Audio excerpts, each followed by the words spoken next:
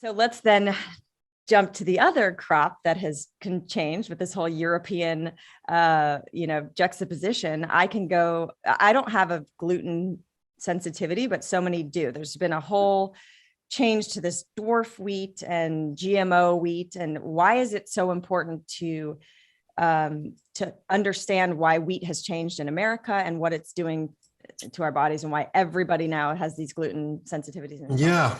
Well, I mean, it's a longer conversation, but I mean, there's the grain question and then there's the wheat question. Right? Okay. I think, grains can be great, but which grains? And again, it's like feedlot cow, wild kangaroo, current grains we eat in America, or heirloom corn from the Native Americans, or Himalayan tartary buckwheat from the Himalayas, that profoundly different compounds, right? So let's just sort of explain why we have this wheat problem.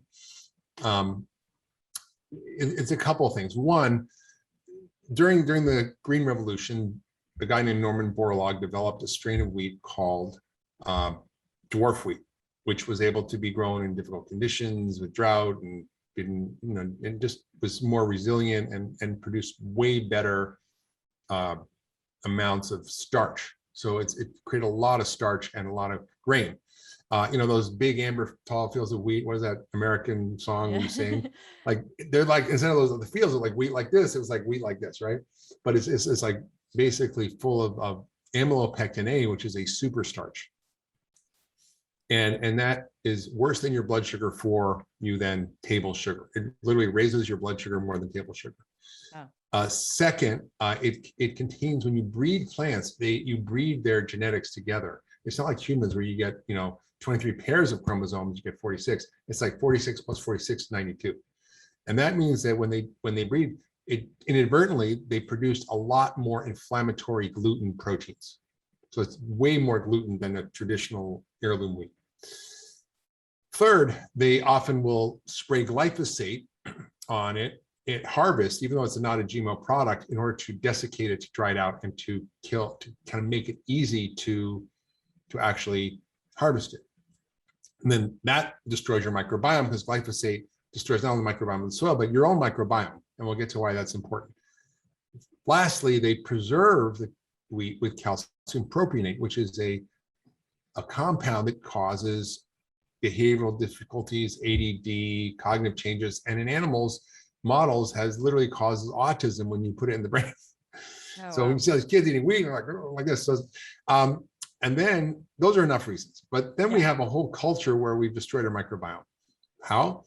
Our processed diet, lack of fiber, too much sugar, starch, C-sections, early antibiotics, lack of breastfeeding, and all the gut-busting drugs we take, acid blockers, Advil, aspirin, all that together has caused our guts to be damaged. So when you have a damaged gut with all these extra gluten proteins, you get gluten sensitivity and celiac. And when you look at the data, there's been an actual real increase in true celiac disease from 50 years ago to now of 400%. That's not trivial. That's literally 400% increased risk. And that's because of the changes in the wheat and our gut and all these other things. So we should really never be eating that. Now, unfortunately, it is sort of the staple in our culture. It's in everything. And we need to think about how do we start to cultivate different forms of agriculture. So a friend of mine, Jeffrey Bland, has created a company called Big Bold Health, where they produce Himalayan tartary buckwheat, which is an ancient strain of buckwheat from the Himalayas. It was grown in hard conditions. It was grown under a lot of stress, lack of water, cold climate, crappy soil, who knows what else it had to deal with. And it made it resilient. So it's basically, what doesn't kill you makes you stronger. And wild plants have way more nutrients than organic, have way more nutrients than conventional, right? And the reason for that is because the stress makes them produce their own defense systems. The defense systems of the plants are the phytochemicals. There's 132 phytochemicals in Himalayan tartary buckwheat, and many of those do things that we've never seen before in terms of rejuvenating your immune system and killing zombie cells and like staving off aging and all kinds of stuff that, and then some of these chemicals don't exist anywhere else in the plant world. Wow. So you can eat buckwheat flour and make buckwheat pancakes. And I have a Pegan Diet recipe in here for chai buckwheat pancakes that are really good. You can use the Himalayan tarty buckwheat flour, upgrade your pancakes, and and end up getting all these benefits. It also has way more protein. It has way less starch. It has lower glycemic load. It has lots of more magnesium, more zinc. So you've got different information coming to your body from the different product. And so we can eat these other grains, and it depends on you. Some people, have issues when they need to heal their gut and they need to reset their system. But the question is, what are we sensitive to? Is why are we so sensitive, right? And if we can fix that, then it's not to build, a structure around your life that makes you live in a bubble. It's to get you resilient. And that's the whole purpose of functional medicine. When I was really sick, I couldn't eat anything. I lived on turkey, broccoli, and brown rice for like a year because everything else just made me sick. And I can eat anything now. I mean, I can eat things like gluten doesn't bother me, dairy doesn't bother me. I don't eat a lot of it, but it's because I've strengthened my whole system, so I'm resilient and I'm healed. And I'm always healing. It's a work in progress, but it's just fascinating to see how you can literally reset. And I've seen this. I've done testing where you do like a panel of allergies, and you'll see, there's like 30 different foods people are reacting to. They're not true allergies. And then you heal their gut, and then there's like 4. I'm like, how does that happen? Well, it's because the body's not getting exposed, and there's a proper balance in their gut and immune system. Tell me, so like type 2 diabetes. I know that, almost everyone I've talked to, they're functional medicine, integrative, holistic, they can reverse type 2 diabetes within, let's say, 30 days. What are some, by just using food as medicine, right? And taking out the bad stuff and adding in the good stuff.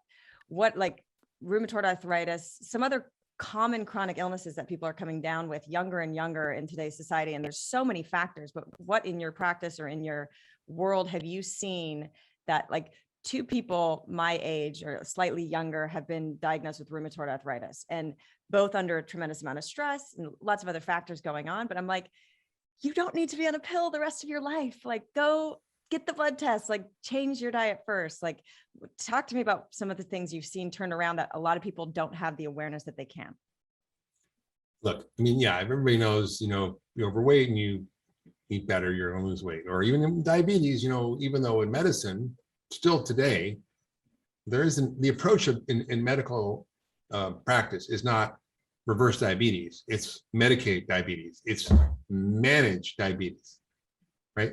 Even within healthcare today, there's not an understanding that you can use food to reverse diabetes, even though it's been proven, it's been shown over and over. I can send you 70 studies, to show this, right? So that's a big problem. Other stuff that's not so obvious is even worse, right? Autoimmune diseases, Alzheimer's, autism, Parkinson's, migraines, stuff that you just, chronic digestive problems that people have, that they just are managed with medications. So it's really important people understand that there is a way through to get better if you understand how the body truly works, not the way we were taught in medical school, not based on all these diseases and symptoms, but the actual design of the body. What is the human design? We have very, very, until recently, not had a clue. Functional medicine is essentially a map of how the body is truly organized. Thank you for listening to the Heal podcast. Be sure to tune in for more empowering wisdom and inspiring healing stories.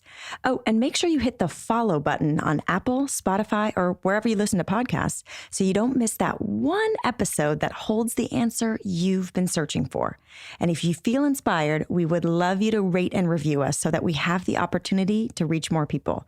And of course, you can follow us on Instagram for some behind the scenes fun and more inspiration at @Heal Documentary and @Kelly Goris. Thank you so much and be well.